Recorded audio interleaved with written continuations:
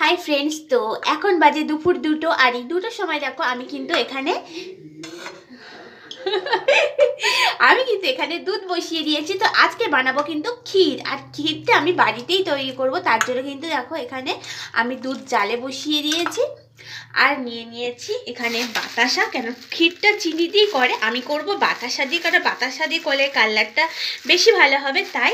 আর এখানে কিন্তু প্যাকেট দুধও নিয়ে নিয়েছি, কিন্তু প্যাকেট দুধটা আমি এই দুধটা ফুটে গেলে এর মধ্যে মানে ছোট গ্লাসের হাফ গ্লাস দুধ নেব, তার মধ্যে পাউডার দুধটা গুলবো। তো দুধটা আগে ফুটে যাক, তারপর আমি পাউডার দুধটা গুলবো। তো চলো ক্ষীরটা শুরু করে দিই তৈরি করা।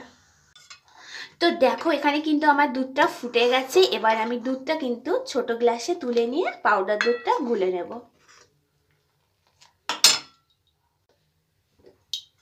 তো এখান থেকে দেখো আমি 1 হাতা দুধ তুলে নিলাম, আর এবার আমি গ্লাসে এটা ঢেলে দেব।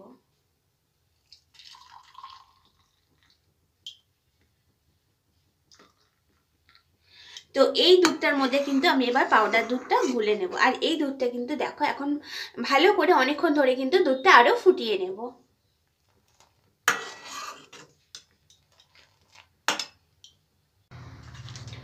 তো পাউডার দুধের প্যাকেটটা দেখো আমি কেটে নিয়েছি, আর এর মধ্যে কিন্তু আমি এখন পাউডার দুধ ঢেলে দেব।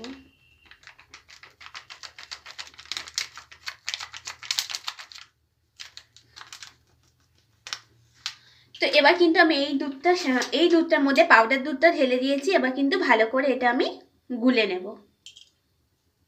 তো পাউডার দুধটা দেখো আমি এখানে গুলে নিয়েছি, আর এবার এই পাউডার দুধটা আমি এই ফুটে যাওয়া দুধের মধ্যে ঢেলে দেব।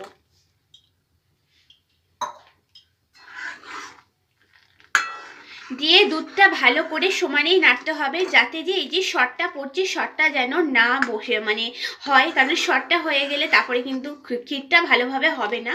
তো তার জন্য আমাকে বারবার ধরে এটা নাড়তে হবে যাতে শর্টটা না পড়ে যায় উপরে। তো চলো এটা এখন ভালো করে নেড়ে নিই। আর একটু ফোটার পর তারপরে কিন্তু আমি এর মধ্যে দেব বাতাসা।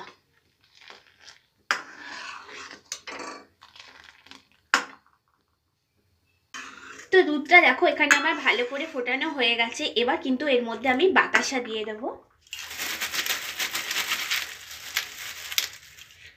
তো এখানে আমি বাতাসাগুলো কিন্তু এর মধ্যে দিয়ে দিলাম।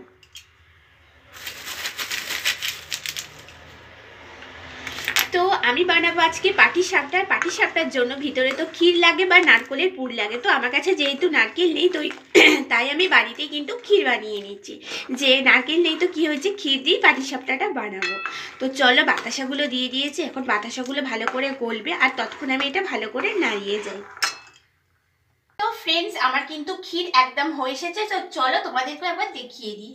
তো দেখো ফ্রেন্ডস ক্ষীর কিন্তু আমার একদম হয়ে এসেছে, আর আমি কিন্তু এটা সমানেই নেড়ে গেছি, কারণ সমানে না নেড়ে গেলে কিন্তু এই যে সরগুলো ধারে লেগে রয়েছে এগুলো ভালো করে আস্তে আস্তে করে ঘষে ঘষে তুলতে হবে, আর তুলে কিন্তু এর সাথে মিশিয়ে দিতে হবে, তবেই কিন্তু ক্ষীরটা গাঢ় হবে।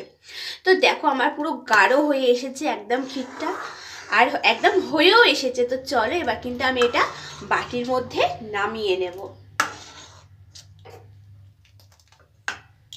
ফ্রেন্ডস আমার কিন্তু ক্ষীর একদম রেডি। তো দেখো ক্ষীরটা কত সুন্দর হয়েছে আর কতটা গাঢ় হয়ে গেছে। তো এটা যেহেতু আমি এখন রেখে দেবো তো এটা আরও জমে যাবে।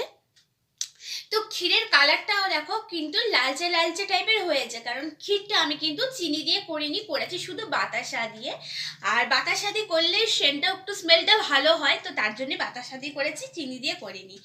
তো চলো আমার এই ক্ষীরের রেসিপিটা তোমাদের কিরকম লাগলো অবশ্যই কিন্তু কমেন্ট করে জানাবে। তো তোমাদেরকে তো আমি বলেই দিলাম যে আমি পাটিসাপটা বানাবো, আর পাটিসাপটা করতে কিন্তু নারকেলের পুর লাগে, আর লাগে ক্ষীরও দেয় অনেকে সবাই। তো যেহেতু আমার কাছে নারকেল নেই তাই আমি কিন্তু বাবাকে দিয়ে 1 প্যাকেট ধরতে পারো, বাবাকে দিয়ে আমি বাতাসা আর দুধের প্যাকেট আনিয়েছিলাম, আর ক্ষীর কিন্তু বানিয়েও নিয়েছি। তো এরপরে যেদিন একটু পাটিসাপটা করবো এই ক্ষীরটা দিয়ে, তো সেই রেসিপি তোমাদেরকে আমি দেবো। তো আমার এই ক্ষীরের রেসিপি তোমাদের কেমন লাগলো অবশ্যই কমেন্ট করে জানিও। তো ভিডিওটা তাহলে এখানে শেষ করে দিচ্ছি, টাটা বাই বাই।